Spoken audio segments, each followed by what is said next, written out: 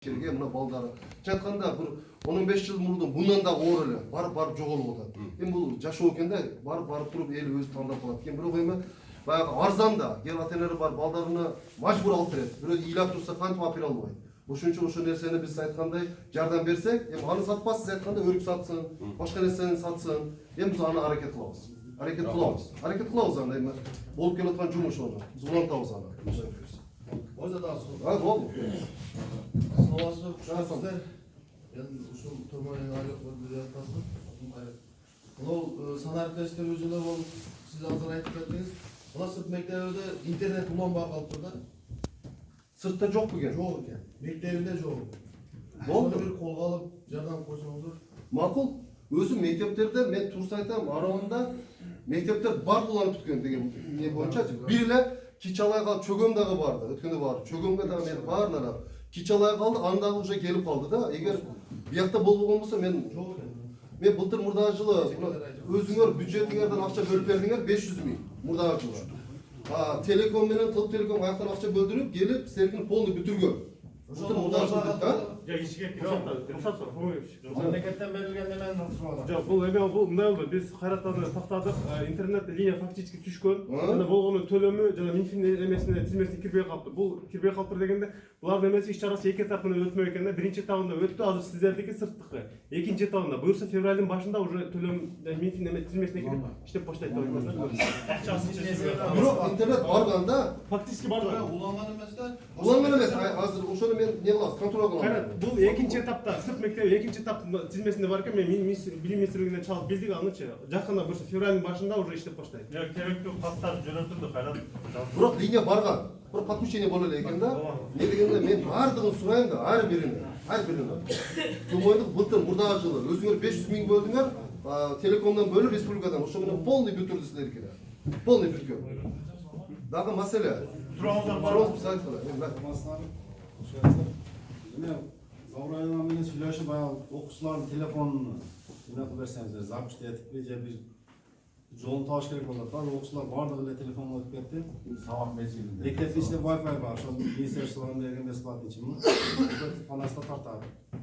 Окуучулар телефон эле отурат да, мугалимдер баш бербей калган. Ошону өзүбүз Заврайла менен бир коллегадан сүйлөшүп, же мүмкүн апеш мүмкүнбү же алып коюш немесин караш керек болот да. Укуктарына же бир закон чыгарыш керек болду. Жок, аны мындай өз функция эле да. Мен айтканым ушу ата-энелерге. Эми мектептин дирекциясына биз айтабыз арайноо бардыгын. Ата-энелер чогулуп туруп, мына балдарыңарды же телефонду бербегиле.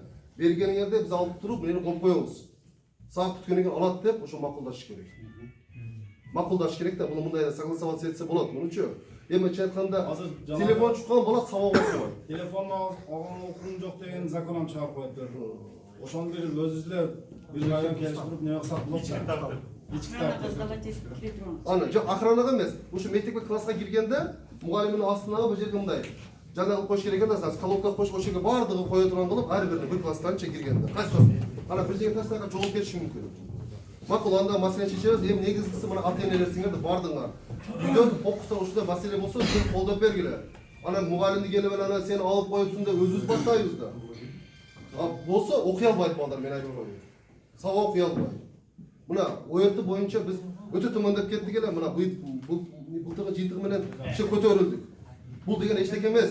Биз даң көтөрүшүбүз керек. Азыр мен айттым директорлорго, 70% ОРТ кылбасаңар, мен силер менен мындай катуу чара көрөбүз деп мен тапшырма бердим. Эми 70 болбосо дагы аракет кылат да бардыгы. Айлык коюп атса, айлык көрүп атса туруубу? Силер жардам бергиле. Сурооңуздар барбы? Бар. Мамлек мына түшкөрсүңөр. Бизде мына аренда жерлерге вакка уруксат бербей атат да. Мына Үч Коргонду карасаң, Үч Коргон айыл өкмөтүнүн не себептен көтөрүлүп атат? Ушул аренда жер не себептен көтөрүлүп атат да. Ушунча жерибиз жатат, аренда жерге беде эгип атабыз, будай эгип атабыз, анан башка иштеп кеткенибиз жок да. Ушул жерге арендага вакка уруксат бериш керек болуп атат да. Госпонд жерлеринде аренда жерлер бар, ошолго вакка уруксат бербей атат. Бул себеби бүгүнкү чогулушубуздун мазмуну, маңызы дагы ушу вак немесинде чогулганбыз да, туурабы? Ушул жерге вакка бериш керек. Бүгүн мисалы мына 1600 сомдон аренда болуп атабы, эртең мөмөгө кирсе, ушуну көп жылдык кылып ошол адамга беришибиз керек. Эртең мөмөгө киргенден кийин гектарын 5000 сомдон кылсак ошол адам берет да. Gekterine. Hökümetli misal denge nemesine büdjetini kötörüş nemesi de uşul jakta da. Hazır mına bizdin arenda jerlerimiz 1600 somdan arenda jerlerimiz berilip otar. Bede egip otabız aga, bu da egip otabız. Başka iş nerse bokka bersin, bir gekter örüge getirgen bolsa mömöge kirgitse şu 1600 somdan tölesin. Erten mömöge kirgenden keyin uşunu 5000 somdan ber, je 10.000 somdan ber dese beret da ошол жерде biz bir gekter örüge getirgen bolsa bir furam örük çıkıp tolup ketet da. Ошол жерден 200-300 миң дарамат алгандан кийин 5.000 сомду жөн берет да ошол адамдарчы. Ушуну мына аграр неме менен маслихатташып, ушу жогорку жак менен маслихатташып, ушу госпланды жерлерин карап туруп арендага бериш керек да, бакка уруксат бериш керек. Эми бул маселени билесиңер да. Бул жактарда да бул кайерге барса маселе көтөрүлөт. Эми фонддун жери да, фонд ФПС турубу. Силерде канча 300 гектар барбы? 620 гектар. Өзү 3300 гектар бар район боюнча фонддун жери. Анан кийин мындай да, фонддун жери бул мына эми мен силерге айтып коеюн. Азыр бул там жайга бергенде дагы мына бир эле жерди айтайын. Мына мамлекет тарабы эмне үчүн ошо коопсуздукту сактайт экен? Азыр баягы эми төмөнүндө жол кеңирээк там жайга былтыр Чекават айыл өкмөтүнөн азыр айландар баардык чектер 10 жыл, 12 жыл болуптур, 13 жыл болуптур жер берилик да. Там жайга талаш билесиңер да, баягы не кылып койгон, баягындай токтотуп койгон 2007-жылы. Мораторий бүт этип койгон суулуу жерлерге деп. Анан адыр жерде Чекават 20 гектар 10 сотик 60 сотик жер даярдады. Анан ошо комиссиянын төрагасы Кубат Алчевич Борунов экен, биринчи вице-премьер келди. Анан келип ошол жерге бардык да. О адыр Чекаваттын адыр айылда үстүнө суу жок жер. Анан эми бирөөлөр ошондой жерге алып турду да асы. Ошондой алып эми будай эксе болуп суу бол жок жерде. Ошол жерге апарып көрсөтсөк, ол айтылат, менде чизилип ичине 2 сиңер койгон бар деди. Азыр канча адамга жетет деди, биз айттык 229 адамга жетет. 6 сотиктен берсек. А калгандарын каяктан беребиз деди. А буну берип кеткүнчө дагы 220 бала төрөлүп калат го деди. Оны этажный үй салыш керек депчи келечекте. Ошон үчүн мен айтканым бул фонддун жерлери дагы бүгүнкү күндө биз эгип атабыз. Эми баягы экен бар, экпен бар. Бирок бул келечекке бул мамлекеттин коопсуздугу экен да. Анан бардыгы эле бакка берүүсү будайга керек болуп калат. Башка мисалы Россияда будай жок болуп атат, мына Казакстанда жок кыйын болуп атат. Ушундай мезгилде мамлекет ошонун коопсуздугун баарын карайт экен. Бардыгын карайт экен. Өкмөттөн biz bir hafta aytkanımız bile vardı, biz sürok berip gördük da, ana çoğunluğu oynanıp kaldı. Oşun için bu yerlerde de buna sürok aytılıp otan, emin bu mesele ayakta bir hükümetke barıp toptalı otan. Bu var da buna, bular da aparat, biz daha yönetiyoruz. No, hem bunu memleket dengelde çeşe turgan. Çeşe turan nerse. Baktı, ülüş yerge 99 mes, az ülüş yerde ömür boyuna bergen. Turu 99 mes, ömür boyuna bergen bu ülüş yerlerde. Ülüş yerge ruhsat, egotası var. Turu hem oşonu da ülüş yerde işlet almaganlar da var da. Фонддун жери бuyakta турсун. Биз үлүш жер иштете албай атабыз. Таштап берип атабыз, же бирөөгө бербей атабыз. Болбосо ошону да албайсың. Мисалы фонддун жери ол мамлекеттики биздин коопсуздугу үчүн. Бул бекер эмес, бекерин кармабайт экен муну. А үлүш жерлерди ала эгелерден көрүп туруу. Көп да бизде азыр. Үлүш жер өзү толтурат. Ошо арабандан 18.000 гектар, 6.000 гектар төмөйүндө 3төн 1 жери. 18-19.000, ана 3.000 кайракы, 16.000 акчасы суулуу жер. Biz ülüş yerler çatat ko. Oşo ne geyle? A fond yer tuttursun bakayım bari uzun bağında ne degen al büdjet düzet. Ana kelечекке ошондой керектүүнүсү болгондо ийгилет срочно үчүн бул мамлекеттин ушу бекени алып калбайт да. Мамлекет ушу келечекти ойлоп туруп калат. Ошон үчүн азыр ülüş жерлер деген ойлойсуз. Ана бул суроолорду биз сөз ар бир нерсени жөнөтүп турабыз да. Бул маселе топтолот, айтылат, анан ошого кошуп туруп мезгил келгенде керек болгондо чечилет. Бул мамлекет эч качан жөнөн кылбайт да. Эки жагга мындай кылып бираз озеленение кылышыңар керек. Келаткан адамдарга приятно. Килүү эле келип ташты көрүп, ошол жерлерге бакып койсок. Bizde 620 фонддун жери бар, 21 гектар. Ал калгандары бизде кысыраңыз башка жерлерде. Анан асылдуу төмөн Айчара багында жерлерде ошол бакка же болбосо банкет төмөн жерлерди берсе болот. Шона комиссия коюп, азыр ошо даярдап атабыз. Асасекен өткөрүшүбүз керек. 621 гектар фонддун жерден сырткаркы жерлерде жөн эле жаткан жерлер бар. Кирип келсең жаман көрүнөт. Мыйзам чегинде каралган буга чейин мурдагы Асылбековлар менен депутат болгондо бир карап бергенсиз, положениясына. Кандай жерлерди баккыса болот. Асылдуу төмөн баягы будайчылар беде дагы будай дагы эч нерсе ала албаган жерлерди бакка асасекен өткөрсө болот. Ошондой категориялардын бир положениясы бекитилген. Анан мыйзам дагы бар бул боюнчачы. Багын бир немеде мына кайрагачтар эгилген, кайрагачтар эми тамыры менен кече сууктар мурда жок болду. Тагыдан чыккан көчөттөрү бар да, ушундай жакшы. Ушуга бир 30-40 литр сууну берип койсоңор, ушу жолду бойда 2 катар, 3 катар ушу кайрагачтар көгөрүп калат го. Өтө жакшы болот. Жакшылдандыруу боюнча туура айтып атасыз. Туруп кайрагат турбайт өзү. Ушу кайракта Туруп кайрагач анча мынчасы курубайт өзү. туруп кетти. Мына төмөн тасын. Азыр эми арыктарын тазалап, сиз айтмакчы бир айда 2 жол 3 жол берсе, уже сиз айтмакчы көгөрүп кетет. Ошондо Ошон жаз келгенде мен силерге айтам да, ошону элди уюштуруп жүрүп, ошо арыктарды чабыш керек. чабат эмнеге? Чап илгери эмне үчүн баары жакшы болгон? Азыр баардык айтат, эгоист да, кыргыз келбейт. Мен барбайм, барсын дейт да. Мына өзүңөр мына төмөн жолуну, мына мен келгенде мусор басып кеткен. Мен 3-4 жылдан бери бүт ишканаларды алып чыгам, өзүңөр көрсөңөр керек. Миңдеген адам чыгып кыйла тазаланып калды. Келип карасаңыз дагы төгөт. Ошонун жолун тынбай тазалайбыз. Мен суранам да, жолго таштабагыла. Бул күнөө өзү. Күнөө да. Таштаганда эч качан рахмат айтпай, бирөө сөгүп өтөт. Мына ушу жолдордагы жаман болбосун, эми тазалык бар жерде береке болот. Эң негизи тазалык өзү. Ошон үчүн мына жолдор биз тынбай, мына жаз келсе аз дагы карап кел, дагы тазалатабыз. Ана силер да бияктан тараптан силер да тазалап бергиле. Эми ошо айткандай субботник кылып, чыгарып мына силерге ошо алсаңар, жаш иштегенсиңер да, чык деп арыктар чаптырсаңар, мен ойлойм, ошондон кийин алдыга чыгабыз да. Эч ким өз чыкпай атабыз да. Ошон сураныш, ынтымак деген ошол эми. Силер да колдоп бергиле. Эми болуп атат, Кудайга шүгүр. Дагы да күчөтүш керек да. Кылып бергиле, биз колубуздан келген айткандай бакка тие турган жерлерди, мына мирлар. Силер бакка бере турган жерлерди берсең, баардыгын анан мына айыл бар. Кимдин территориясы бар. Мына депутаттар менен барып, мына жерде мындай берели деп атабыз. Мындай кылабыз деп атабыз. Баардыгына айтып туруш, толбу билип туруш керек баардыгы. Мына депутаттар бар, өздөрү активный. Ошол жерде эл топтоп, мына жерде мындай кылабыз деп атабыз. Эмне дейсиңер деп. Эл билиш керек. Бир үйгө барып эртең бул эгип алыптыр деп наразы болбош керек эч ким.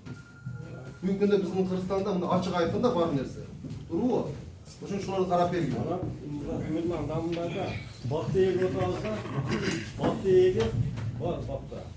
Ала малына жылкысыны коюп берип атат да, эми бияка сана да. Ушуну кандай кыласыңар? Ошол жерди тотуп алып кыйын экен да. Акча жок тотуп алган, тотулайын. 2 гектар 2 гектар. Жылкылар жүрөт, малдар жүрөт. Өкмөткө дешерсе өкмөткө айтады азыр. Жок өкмөткө айтып да болсо. Неме Бул боюнча Абдрайым ака, бул мына акимдерди бүгүн эртең менен дагы сүйлөштүк эле. Бүгүнкү мына чогулуш бак туурасында болуп, буларга айыл чарба министрлигинен айтып, булар ошонун аркасынан келип отурат да. Азыр мына Кудай буйрса сыясий сот болот эртеге. Анан азыр сиз айткан эмеңизге биз айылдык кеңештен штрафтарды чыгарып бергенбиз да, ал нерсе бар. Сиз ушундай тартып туруп факт менен неме бер комиссия түзүп берсеңиз ого каралат да. Анан азыр мына темадан башка жака өтүп кеттик да. Эртең сыясий сот болот, аким бүт аппараты менен келет. Баягындай суроолорубузду ошондо берсек. Азыр мына келген меймандар да башка жактарда чогулуштар бар экен. Ушуларды чогулушунун суроо жооп болсо берели да, өткөзүп туруп ушуларды узатсак. Эмне дейсиздер? Акимге биз да керектүү нерселерди айтып атабыз. Керектүү нерсени айткан жокпуз да. Биз акимдик өкүлү келип калса биз болбой калышыбыз мүмкүн. Ошону айтып алып атабыз биз да. Жок, мен айттым. Мен ар дайым келгенде мындай, мен просто кылганым булар жагдайсында кегер пикир алышкан жакшы да. Эми айттым, ачуу чындыгы. Туура кабыл алышыбыз керек. Боло турган болуп атат болсо муну кылыш керек деп айткыла. Биз айтабыз, мына азыр бүт жазат протоколго берет, ошого карап биз кайсы маселени качан аткарылат, аны биз ошого карап иш жүргүзөбүз. Бизге ошо балдарга чекти берсин. Макул. Эми чекти булар даярдап турган, булар азыр айттым бар балдарга, тезирээк даярдагыла. Даярдагыла. Эмне дегенде бул жылдап өтөт менче айтканда. Ушу эртерээк даярдасаңар, эртерээк баягыда бүтүп калат. Келгенде дагы кимге керек ошол Тура берип алайын дегенсиңер абдан туура да. Мына азыр айтып атабыз, жер маселесинде айтып атасыздар, адамдар аябай көбөйүп кетип атабыз да азырчы. Адамдар көбөйүп, ашул адамдардан үйлөнгөндөн кийин канча адам пайда болот, ошол адамдардын канча жылдан кийин дагы жерге биз муктаж болобуз деп окумуштуулар эсептеп чыгарып атат да. Сиздер азыр мына жерде отуруп, мына жерди бериңиздер, мына жерди бериңиздер деп атасыздарга, бирок баягы жердин өзүнүн эсеби бар да. Фонд перераспределение деген жер, ФПСтин жерлеринин дагы өзүнүн келечекте максаттары бар да. Мисалы үчүн ошол үчүн сиздерге берилген үлүшүңүздөр, сиздердин азыр отурган жериңиздер абдан көп да. Ошол кичинекей жерден түшүмдүүлүктү абдан көп кылып алышыбыз керек да. Келечекте адамдар көбөйгөндө бизге жер жетпей калат дагы. Ошол жерлерге адамдар үйлөргө салыш керек десе, баланы бөлүп чыгарыш керек да. Бөлүп чыгаргандан кийин биз айыл чарба өсүмдүктөрүн өстүрө турган жерлерибиз калбай калат экен да. Ошондон кийин химический синтезделген тамак аштарды ошондо биз жеп калабыз. 40-50 жылдан кийин. Ошого чейин 4 сотук жерден түшүмдүүлүктү жогору кылып алышты азыртадан үйрөнүңүздөр дагы. Тупуракты балдарга жакын келечекте муундарга асылдуулугу менен тапшырышыбыз керек да. Ошонун үстүндө дагы көбүрөөк ойлонуңуздар да. Мен азыр эми ушул сиздерге дагы бир нерсени айтып кетем. Мисалы үчүн азот фосфор калийди биз дарактарга берип атабыз. Дарактарга бергенибизде биз дарактарды жалпоо кылып койдук да. Кантип жалпоо кылып койдук? Дарактардын тамырлары өздөрү жердин астындагы азотту табигый, фосфорду табигый, кальцийди табигый алышат да. Мисалы үчүн азыркы тоодогу алмалар эмне түшүм албай калдыбы? Алып атат. Сугарылып атат, жерден өзү азыгын алып атат. Ошол эле убакта олар түшүмдүүлүктү ошол жапайы алмалар азыр за граница чыгып аткан ошолор болуп атат. Бизге чай болуп келишип атат ошолор. Майдаланып Турцияга барат, Турция Германияга өткөзүп атканда ошол Германиядан бизге английский чайларга биздин алмалар, биздин сливалар барго. Ошол сливалар бизге кайра кымбат болуп келишип атат. Бизден 20-28 сомдон алышып атат тоодогу слива менен алмаларды. А бизге 280 сом, 300 сом болуп келип атат да. Ошондой өндүрүштөрдү да чыгарып, биз айыл чарбалы өсүмдүктөрүн биз өстүрүп атабыз, бирок 5 сомго гана сатып атабыз да сыртка. Ал эми переработка жок болуп атат бизде. Ошондон өстүргөн өсүмдүктөрдү переработка кылып үйрөнөйлү. Бай балдар чыгып атат да, чыган балдар чыгып атат. Ошолорду сок кылып чыгарайлы. Алманы өзүбүз кургатып туруп, өзүбүз чайга кошуп турсак, биз дагы Англияга сатайлы 300 сомдон. Вот ошондо биздин экономикабыз көтөрүлөт да. Мисалы үчүн алманын көчөтүн алып атасыздар. Мен эми акимге окшоп ар жерден сүйлөй берем, эсиме келген жерде. Мисалы үчүн мына алманы эгип атасыздар, көчөттөрдү эгип атасыздар, көчөттөр.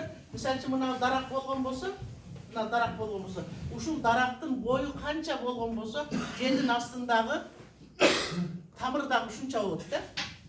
Мисалы үчүн аласыздар 1,5 метрдик, 2 метрлик көчөт алган болсоңуздар, сиз ошол эле бойдон мына ушунча тамыр менен эгип коесуздар да. Ушунча эле тамыр болот да. Ошончо тамыр болгон болсо, үстүнгү катмар ушунча эле кыркып туруп анан кийин жерге эгишиңиздер керек да. Мына жерден кыркып туруп, мына ушунча тамыр болгон болсо, мына жерден кыркышыңыздар керек да. Түшүндүңүздөрбү? Ошондо кылсаңыз себеп деген мынау тамыр, базардан көчөт да. Баягы Абдулла Ташевич алып келип аткан полукарликтердин көчөттөрү ушунча эле болгон болсо, бир карыш болгон болсо, бул жагдан бир карыш кылсаңыздар, ошол бир карыштык тамыр, бир эле карыштык тамырга жогору жактагы өсүмдүктүн сөңгөгүнө гана питание жеткизе алат экен да. Ошол туура эмес жеткизги, биз ушул бойдон эгип коебуз да. Ушул бойдон эгип койгондуктан баягы биздин көчөттөрүбүз кургап калат. Андан соң дагы бир эсиме келген нерсени айтайын. Мынау көчөттү сиздер жерге эгерден алдын, ошол жериңиздерде баягы таштап жериңиздерде топуракты алып туруп, сөзсүз анализдеңиздер. Ошол жерге алма эксе болбойбу? Ошондо токсикологический лаборатория Ошто бар, агрохим лаборатория Кашкар кыштакта бар, эки эле жерде бар бизде Ошто. Ошого барыңыздар дагы азот, фосфор, калий барбы? Ошол жерге алма же өрүк, гилас же эксем болобу? Ошол жердин НПК-сы эмеси, НПК-сы кандай? pH-ы кандай? pH дегенди билесиздер, мындай pH деген бизде эме бар, топурактын шордуулугу туура келеби келбейби деп туруп аныктап алыңыздар. Азыркы күндө аябай жакшы оборудованиялар келген дагы ошолор сиздерге аныктап берет pH-тын составын. pH 7 жана 7ден 8ге чейин гана өсүмдүк жакшы болот да. Андан аз же көп болгон болсо ошол жерде сиздерде түшүмдүүлүк болбойт. Ошону аныктап алыңыздар. Андан кийин топурактын составында жер асты суулары канча метр? Мисалы үчүн 1,5 метрден суу, асты суулар 1,5 метр тереңдикте болгон болсо, ошол жерде никогда алма болбойт да. Мисалы үчүн биздин группада былтыр алмалар 10 жылдык, 15 жылдык алмаларыбыз курап калды, жөн эле курап калды. Сууга баягы тамыр 10 жылда сууга жетти дагы, сууду дагы көп ичсе биз дагы кыйналабыз. Алар дагы сразу кыйналып калды. Бүт ыйгандарыбыз чыкты, эмне үчүн бир жакшына берип аткан, жалбырак жөндөн кургап, мөмөнү берди дагы сразу баягы курап калды. Ошондо биз адистер чыктык дагы жер асты сууларга тамыр жетти дедик да. Вот ошондо 10 жылдык мээнет кетип калды да, ошондо мээнетиңиздер күйлөш керек да. Андан соң мына тамырды көрүп атасыздарбы? Мына ушул тамырдын эмеси үстүнгү катмары канча болсо, ылдыйкысы дагы ошончо болуп атат да. Эми ушул жерге сиздер Удобрение чарчып атасыздар, НПК-ны берип атасыздар. Мына жерге сиздер азотту бересиздер. Анан фосфорду бересиздер, анан кийин калийди бересиздер. НПК-ны берип атасыздар. Мына жерде хотя биздин тупурагыбызда болчу дагы да. Ашыкча берип коюп атасыздар да. Көбүнчө сиздер жакшы көрөсүздөр, азотту жакшы көрөсүздөр. Азот өзүнчө дагы жетиштүү болсундар берип коюп атасыздар да. Анан кийин бизде билесиздер, кальций деген бар. Кальций деген бул химиялык элемент, бул аябай жакшы даамына киргизет. Жана алмаңыз жерге түшкөндө баягы пычыйып карарып калат го. Эгер ошонун кальций жетиштүү болгон болсо ошондо жерге түшөт дагы ал эчтеке болбойт да. Ошол кальцийди мына тамырлар жердин астынан өздөрү таап, кальцийди таап мына жерден.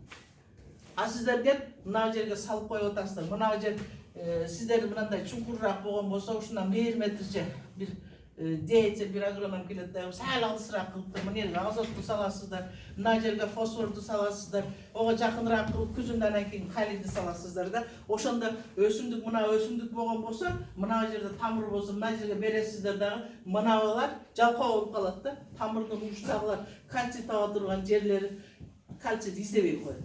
Фосфорду ham издебей коет. А фосфорду биз табигатта фосфор бар, фосфорду бере албайбыз, таба албайбыз. Космийда фосфор баягы сөөктөн алынган, а жердики башкача болду, аны биз эч жерден таба албайбыз. А тамырга тек койсоңуздар, жапайы алмалар таап, граница кетип атат. Биздин алмалар болсо, сиздер оз азот, фосфор, калий бар жокту берсеңиздер эмне биз менен биздин алдыбыздан чыга албайт. Себеби биз туура эмес берип атабыз. Ошондо мына кальцийлерди издебей, фосфор, калийлерди издебей коет дагы, жалкоо болуп калып, мына жерде жеп алма түш, озма түштү, мына жерде тамырларды да жөнсүз жалкоо болуп койгонбуз да. Ошондуктан органика дегенде на производство судьбы тек коюш керек. Тек коюш керек биздин бир методубуз. Тек коюш керек. Анан кийин азот, фосфор, калий 3 жылга чейин чириген көңдү салыш керек. Көңдү салып туруп, көңдү дагы питание мындай пищеварениясы дагы кыйналып калат да. Ошондуктан навозный жижа деп коет, шербет деп коет. Шербет кылып бериңиздер. Малдын көңүнөн шербет кылып бериңиздер. 2 килограмм чириген же чирибеген малдын кыгына 10 килограмм сууду куюп туруп, ошону 10 күн чылап туруп, күндө бетин жаап туруп, күндө баягы ачтабыз.